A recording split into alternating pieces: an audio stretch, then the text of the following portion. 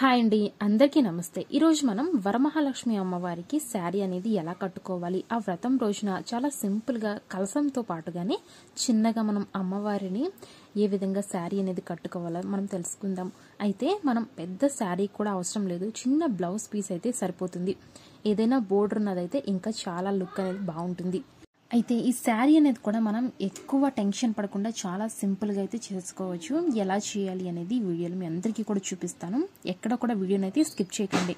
ఇంతవరకు మన ఛానల్ని సబ్స్క్రైబ్ చేసుకోలేదంటే తప్పకుండా సబ్స్క్రైబ్ చేసుకోండి.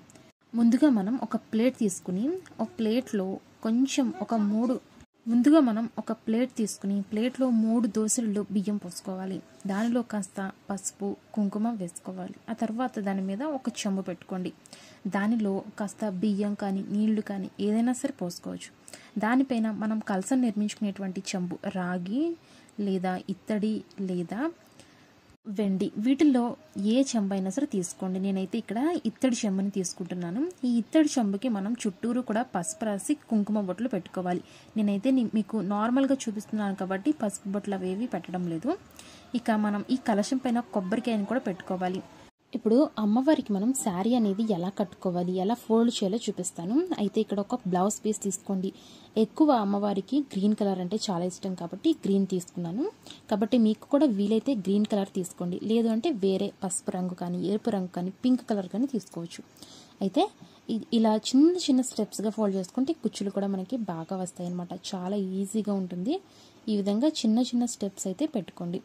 ఈ విధంగా మనకి బోర్డర్ ఉన్న బ్లౌజ్ అయితే ఇంకా బాగా కనిపిస్తుంది. అమ్మవారికి చిన్న శారీ కట్టినట్టే ఉంటుంది. ఈ విధంగా సింపుల్గా మనం ఫోల్డ్ చేసి పెట్టుకోవాలి. కాస్త గట్టిగా ఫోల్డ్ చేసుకుంటే స్టెప్స్ అనేవి కూడా మనకి బాగా వస్తాయి.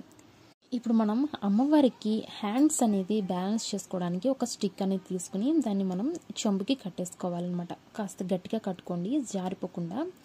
ఈ చెంబు లోపల మనం వాటర్ అయితే పోసుకుని దానిలో పూజ ఐటమ్స్ అన్నీ కూడా వేసుకుంటాము.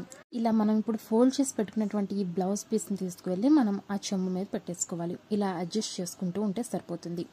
స్టెప్స్ అనేవి కూడా మనం నీట్గా పెట్టుకుంటే సరిపోతుంది. ఇక ఆ కర్ర మనకి కనిపించకుండా బ్యాంగిల్స్తో కవర్ చేసేసుకోవడమే. మన దగ్గర ఏ కలర్ బ్యాంగిల్స్ ఉన్నా, గ్రీన్ ఆర్ రెడ్ కలర్, వేరే ఏ కలర్స్ అయినా సరే బ్యాంగిల్స్ అనేవి వేసేసుకోండి. ఈ విధంగా అమ్మవారికి కింద కుచ్చుళ్ళు అయితే బాగా అడ్జస్ట్ చేసుకోండి. స్టెప్స్ అనేవి కూడా బాగా కనిపించేలాగా. ఇక అమ్మవారి ఫేస్కి అయితే నేను బయట తీసుకున్నటువంటి ఫేస్కి నేను కాస్త ఇయర్ రింగ్స్ అలాగే ముక్కు పుడక నేనే పెట్టాను.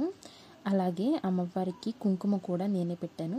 ఇవన్నీ కూడా మీకు కుదిరితే పెట్టుకోండి. ఫేస్ కుదరలేదు అనుకుంటే కొబ్బరికాయ పెట్టేసుకున్నా బాగుంటుంది. ఉన్న వాళ్ళైతే ఫేస్నే పెట్టుకోండి.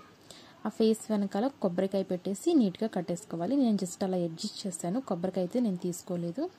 ఇక అమ్మవారికి మన దగ్గర ఉన్నటువంటి జ్యువెలరీస్లో ఏదైనా సరే వడ్డానం లేదంటే ఏమైనా హారాలు ఉంటే మన ఇంట్లో వేసుకోవచ్చు. లేదు ఏమీ లేదు అన్నా కానీ అలా వదిలేసినా కూడా మనం చక్కగా పూలతో అలంకరించుకున్న అమ్మవారికి చాలా నిండుగానే ఉంటుంది. ఇక అమ్మవారికి జడపాపిడి కూడా నేనైతే పెట్టేసుకున్నాను. మీ దగ్గర ఉంటే పెట్టుకోండి. అమ్మవారికి లక్ష్మీదేవి యొక్క కాసుల పేరు అయితే నా దగ్గర ఉంది. దానిని అడ్జస్ట్ చేసుకున్నాను. అలాగే నా దగ్గర వడ్డానం లేదు కాబట్టి నేను హారాన్ని అమ్మవారికి వడ్డానం లాగా పెట్టేశాను. చిన్న లక్ష్మీదేవి లాగా మనం పెట్టేసుకోవచ్చు. చక్కగా నిండుగా అందంగా కూడా ఉంటుంది. నా దగ్గర ఉన్నటువంటి జ్యువెలరీతోనే నేను అన్నీ కూడా అడ్జస్ట్ చేసుకున్నాను. ఇంతే కాకుండా ఇప్పుడు మనం చేసినంత కూడా కేవలం బ్లౌజ్ పీస్తో కదా, ఇంకా పెద్దగా అమ్మవారిని మనం డెకరేట్ చేసుకోవాలంటే శారీతో కూడా చేసుకోవచ్చు. ఆ వీడియో కూడా నేను త్వరలోనే అప్లోడ్ చేస్తాను.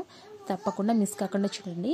అలాగే మన ఛానల్లో అమ్మవారికి సంబంధించిన అన్ని అప్డేట్స్ కూడా, పూజకి సంబంధించిన ఐటమ్స్, పూజ విధానం ఎలా చేయాలి, అలాగే వ్రత కథ గురించి అన్ని వీడియోస్ మన ఛానల్లో వస్తూ ఉంటాయి. అలాగే కొన్ని వీడియోస్ ఆల్రెడీ అప్లోడ్ చేశాను.